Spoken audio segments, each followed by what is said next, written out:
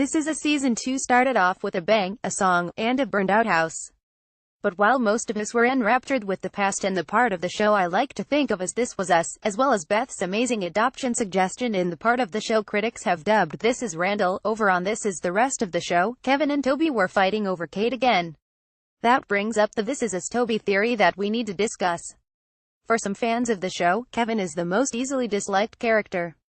That's to be expected. He's lived a charmed, privileged life. He proposes to tennis balls on sticks for a living while Ron Howard tells him what a great actor he is.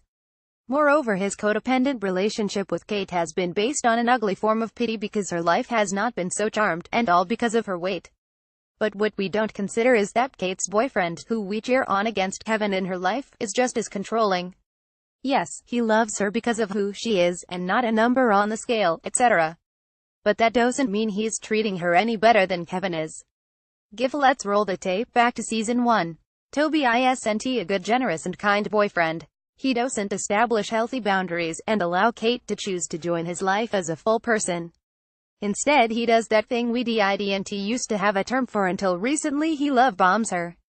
Love bombing is one of the most emotionally manipulative things you can do to someone, attempting to reenact romantic movies so that they will emotionally respond to you the way you demand they should, rather than how they might naturally respond instead. It's especially heinous in this instance because Kate is so emotionally fragile. Toby insists he's doing it because Kate doesn't have the self-esteem to say yes. In truth, it's because she doesn't have the self-esteem to say no, and he knows it. When Kate does try and set boundaries, Toby behaves as if her requests are somehow totally out of bounds. Remember when she wanted to watch football alone and Toby basically freaked and wouldn't let her? Like, how dare she have feelings she might now be comfortable sharing with me? Yet guess what, dude, that's not okay. Just because Kate is someone who hasn't dated much doesn't mean you get to demand she date the way you want, and emotionally open up the way you want. In last week's premiere, Toby was most upset that Kevin had once again swooped in, and stolen Kate's attention out from under him. Had influenced her audition choices, and he even knew she'd bailed when Toby didn't.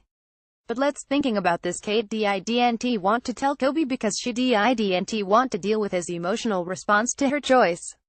There's a reason she keeps fleeing back to Kevin's and the codependency she knows.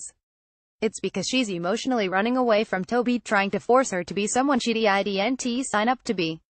Also note that she told both Kevin and Toby not to follow her when she went back, after she caught them basically arguing over her like she was a basket of fruit to be taken to Thanksgiving.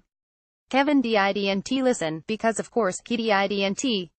But Toby didn't listen either. He's no better. We might look at Kate and Kevin and say this is proof neither of them heroically well adjusted. But in truth, one looks at Kate and her choice in Toby and realize she's not getting better. She's just trading one control man for another.